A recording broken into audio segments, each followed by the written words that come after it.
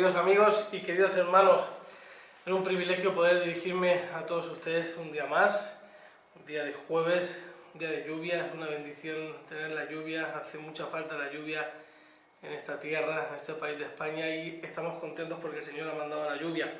Hoy el devocional me hablaba de algo muy significativo. Contaba la historia de unos padres que le escribieron una carta a su hijo antes de nacer, y le voy a leer literalmente lo que decía esa carta.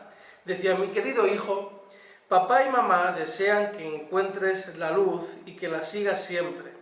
Tu nombre en chino, porque era un niño chino, tu nombre en chino es Xin Xuan. Xin significa fidelidad, satisfacción e integridad, y Xuan quiere decir calidez y luz. Él y su esposa escogieron cuidadosamente un nombre basado en las esperanzas que tenían para el niño.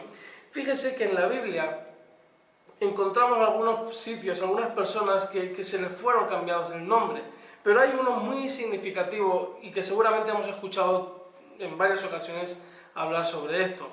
Y estoy hablando de Pedro. Pedro, primeramente, antes de ser Pedro, se llamaba Simón. Él era pescador y Pedro se llamaba Simón, vuelvo a repetir. Entonces el Señor, en un momento del ministerio, en un momento del discipulado de Pedro, le dijo: ya no vas a ser más Simón, sino ahora te vas a llamar Pedro. Pero fíjese, este Pedro era un hombre pues que vivía las emociones, la vivía de una manera muy intensa. Era un hombre con un carácter muy fuerte, un carácter muy apasionado, incluso un hombre que llegó a ser violento, como vamos a ver ahora dentro de un ratito.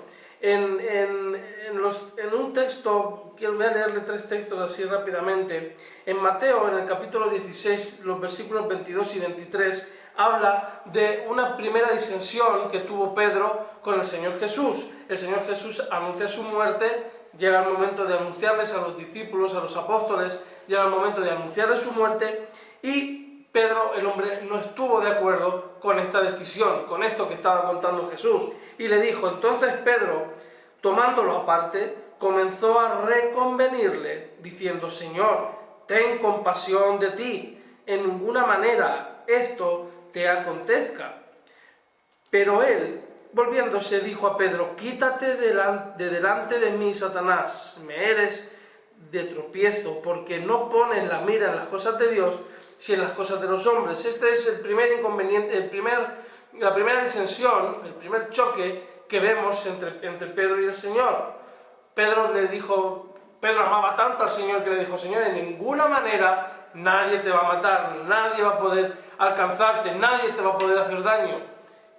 Y el Señor, que es Dios, era Dios, el Señor Jesús, 100% hombre, 100% Dios, le dijo: no, apártate de mí. Lo tomó como una tentación de parte del diablo: apártate de mí, Satanás, porque yo tengo que hacer la voluntad de mi Padre. Yo no puedo mirar bajo el punto de vista mío como hombre, sino que tengo que mirar como el punto de vista mío como Dios, el punto de vista de Dios que estaba dentro del propio Señor Jesús. Hay otro texto, rápidamente, que vamos a leer en el libro de Juan, en el capítulo 18. Aquí llega un momento tremendo, otra escena impresionante que podemos ver en la Biblia, que fue el arresto de Jesús. Cuando llegaron todos los soldados de noche, con Judas ahí al frente, cuando llegaron todos aquellos, de repente, vamos a leerlo, dice: entonces Simón Pedro, que tenía una espada, la desenvainó e hirió al siervo del sumo sacerdote y le cortó la oreja derecha, y el siervo se llamaba Malco. Jesús entonces dijo a Pedro: mete tu espada en la vaina. Y aquí viene una frase tremenda que le dice el Señor Jesús a Pedro: la copa que el Padre me ha dado, ¿no la he de beber? ¿Por qué Pedro siempre intentaba y por qué se metía en medio cuando llegaban los momentos claves? Ya está claro que Pedro amaba mucho al Señor, o no, porque ahora vemos que lo negó.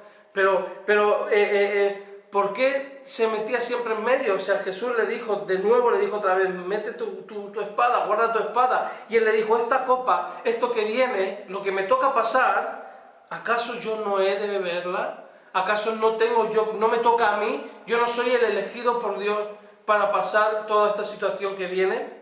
Y el último encuentro, lo último que ocurrió entre Pedro y Jesús fueron las negaciones. En el mismo capítulo 18, versículo 17, llega la primera negación. Estaban hablando dice la Biblia, con la criada, la portera le dijo a Pedro: ¿no eres tú también de los discípulos de este hombre? Y Pedro dijo: no lo soy. Primera negación. Más adelante, en el 25, estaba pues Pedro en pie calentándose y le dijeron: ¿no eres tú de sus discípulos? Él negó y dijo: no lo soy. Segunda negación. Y uno de los siervos del sumo sacerdote, pariente de aquel a quien Pedro había cortado la oreja, le dijo: ¿no te vi yo en el huerto con aquel? Y Pedro negó otra vez. Tercera negación, dice la Biblia: enseguida cantó el gallo.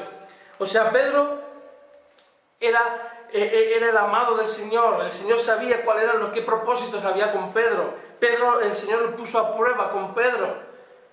El Señor sabía que Pedro le iba a negar en estas tres ocasiones, sabía todo lo que iba a pasar, pero también sabía el Señor qué propósitos tenía en el momento que le cambió de nombre. Cuando dejó de ser Simón y comenzó a ser Pedro, el Señor sabía que le puso Pedro porque Pedro iba a ser esa piedra, esa roca en la que el Señor iba a comenzar a edificar la iglesia. Fíjese, un cambio de nombre, como hemos visto antes. Unos padres les pusieron a un niño un nombre muy significativo, algo que significaba luz, que significaba amor, algo que significaba, que traía en su entorno, quería que hubieran cosas buenas. El Señor Jesús dejó de llamarle Simón para empezar a llamarle Pedro.